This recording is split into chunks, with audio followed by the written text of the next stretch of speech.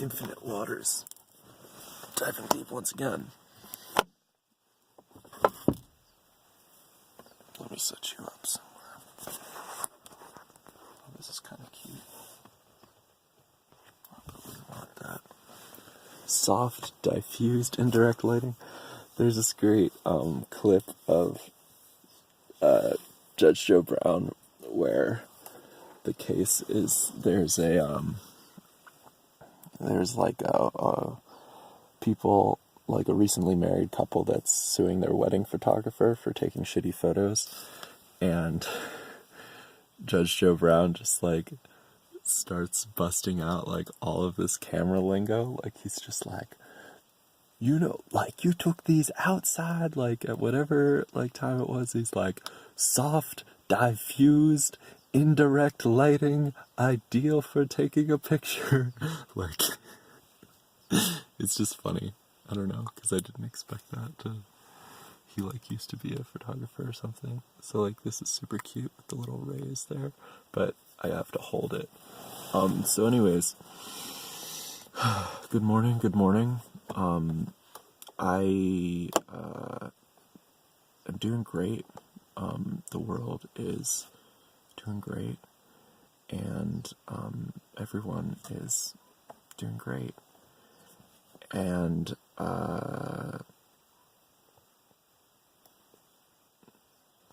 these are some mountains.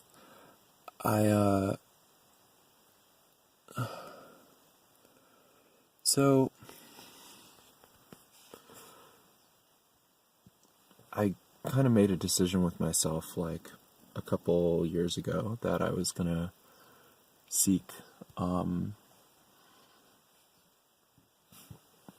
I've been what Terence McKenna described as direct human experience, which is sort of what it sounds like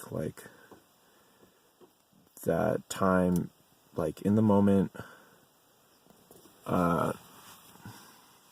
experience, which for me is happening in the past for you, but your direct experience is happening in the present, in your present, which will be my future, and that is, you know, that's where the cheese lies, you know, and I subscribe to that. So I think that like before I would make decisions sort of based on that, but also like, you know, I'd like having these like Madlib experiences sort of where I could craft these, you know, weird scenarios and have a series of like interesting things happen. So it wouldn't be fun always, but it would be interesting, and then I could talk about it and it would sound interesting. So now when like I end up in those kind of times, I try not to talk about it because I don't want to get into the habit of like doing things for the story, doing things for the Madlib or the lulz or the sort of like, you know, indie cred value. That all being said, I've decided to make an exception. Well, if I start like daily vlogging, if I can find a way to have enough battery, then you'll hear all the stories. But I decided to make an exception for yesterday, just to, you know, I can't be a dogmatist. So yesterday, I woke up in Las Cruces, New Mexico. I was camping on BLM land out there just for the night, and the site there, they use it as a trailhead, so I woke up and jerked off a couple times and then went down the trail like just a little bit because it goes on for a few miles and I wasn't trying to do all that. Came back someone was like, hey, I was like, hey, and they're like, you gonna be here for a while? And I was like, no. They had a dog. I thought they wanted me to like watch their dog or something, and like I was getting going, and they're like, oh no, we got a trailer, like we gotta move it around. Cause it's like, there is just a long, anyways, it's not the significant part of the story. So I moved my car. They were very nice though. They were like, take your time, whatever. And then I've been trying to get the new Dirty Projectors CD, and there wasn't really a record store in Las Cruces. There is one, but it's only open on the weekends. So, and then they have like a bookstore that sells like used CDs and stuff, so they wouldn't have it there, unless someone already returned already is trying to sell that CD. So I went to Target, because I saw online they sell it at Target. They didn't have it at this Target. And then I needed to buy new toothbrushes, because I guess I brushed too hard. And anyways, we'll tell the full story. So, they had a deal.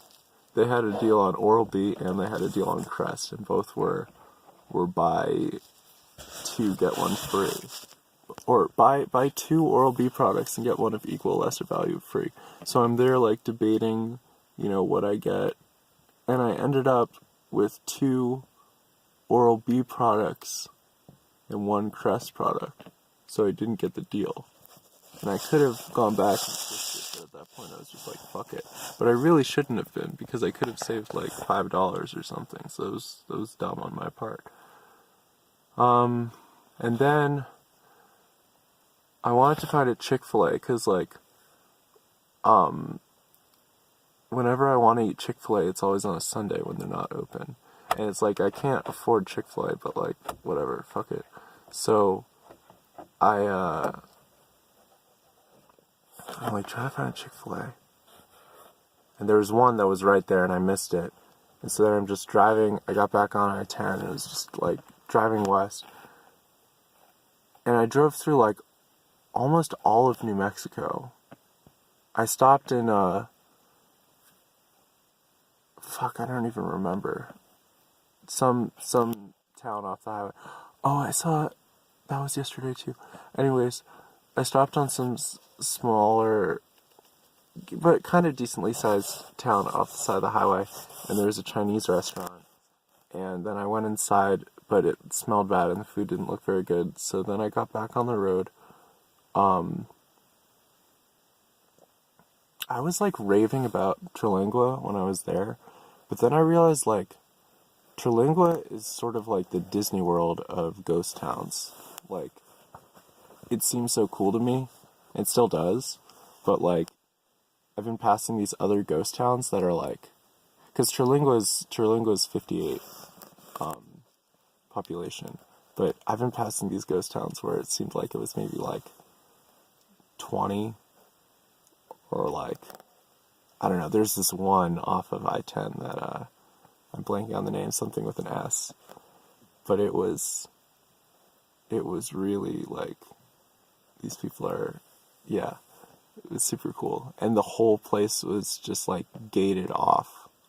Like, I guess people like, there's somewhere where you can open the fence and people will drive out, but like they were just like, it was not open, and then there was just like this big like gravelly area outside where you could just drive along, and I felt like I was acting like they were like in a zoo or something. Like, I didn't see any people. I saw one guy as I was leaving, but I didn't talk to him, because I feel like people out there are probably not trying to talk to a lot of random strangers because they're out there.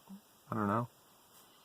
If you live in a incredibly small ghost town and can speak on behalf of people there, put it in the comments.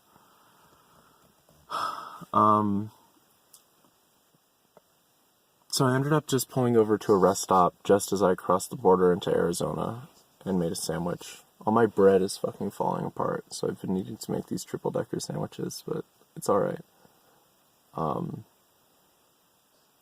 And then I saw this sign for Dragoon, and I'm like, well, I gotta go to Dragoon. So, which I'd never heard of before, but, it's called Dragoon. So, I got off the road. It was like 3 miles. So I drove there, and then I saw, entering Dragoon, and then it was like, there was one, I think there were maybe 2 shops. I only really noticed one, which was it just said open, and there was just like some stuff in the yard, like, it didn't say like what kind of store it was or anything. I assumed it was like an art gallery, because the stuff, I don't know, there were just some chairs out front. But so I kept driving, and then I'm like, oh, okay, and then it was like city limit. It was like, okay, so that was Dragoon. So I turned back around, and then I'm like, okay, well, maybe I'll go into that place. And so I pulled over on like the other side of the road. There's just like a pull off there, because I thought I would just like go in for like a minute or something. And I parked 1111 to make wish. And so I crossed the street, and I pulled on the door, and it was locked, and like the lights were off inside. So it was just like, okay, I'll head out. And I was thinking like, they should really like, there was like multiple signs saying like, hey, we're open, come in. So I'm walking away, and then the door opens, and I hear some guy like, hey, like, blah, blah, blah. So I go back, and I go in, and this dude, he was like, hey, like, he didn't seem too super talkative, like, I don't know, I had a really long talk with shouts out to, Jack Knight, Trilingua. But, so, I thought that I would be, I don't know, I thought he would be more talkative or whatever. This fellow in Dragoon, and he was just kind of like, hey, like, what brings you in, or something, and I was like, oh, just checking it out, and he's like, oh, yeah, like, yeah, feel free to check it out, or whatever. And it was an interesting place, because he was selling sort of like odds and ends kind of stuff, but also like these surrealist paintings, that they weren't like super big, but they were kind of big, and some native artwork, and he then was like, hey, like where are you coming from, or something? I forget what the first question was. Anyways, I ended up there for like 3 hours, like, just like listening to this dude talk. And then this other couple came in, and this guy was just like, hey, like, do you know anything about coins? And the guy was like, I know how to spend them. And it was like, oh, me too. And he found this coin, and he wasn't sure if it was like some older native coin, Indian coin. And he was there with, it was a couple. It was him, and his wife was more quiet. But then they just started talking all this history, and they both knew so much about like the area and what had happened, and just all these tribes just around, like, further away from the area, and just like all these different time periods, and they're going on and on shooting the shit. And then at the end, he was like, yeah, it was like nice to meet you guys, and it was like, you didn't know them? Like, it just seems so, like, I thought these guys were like homies, like, and they were there for a while too, maybe half hour, 40 minutes, I couldn't tell. And they were a couple from, well, they lived around here, but I think they were originally from like near Albany, but on some, near some reserve out there or something. And then, so eventually I left. He was like, so what are you doing? I was like, oh yeah.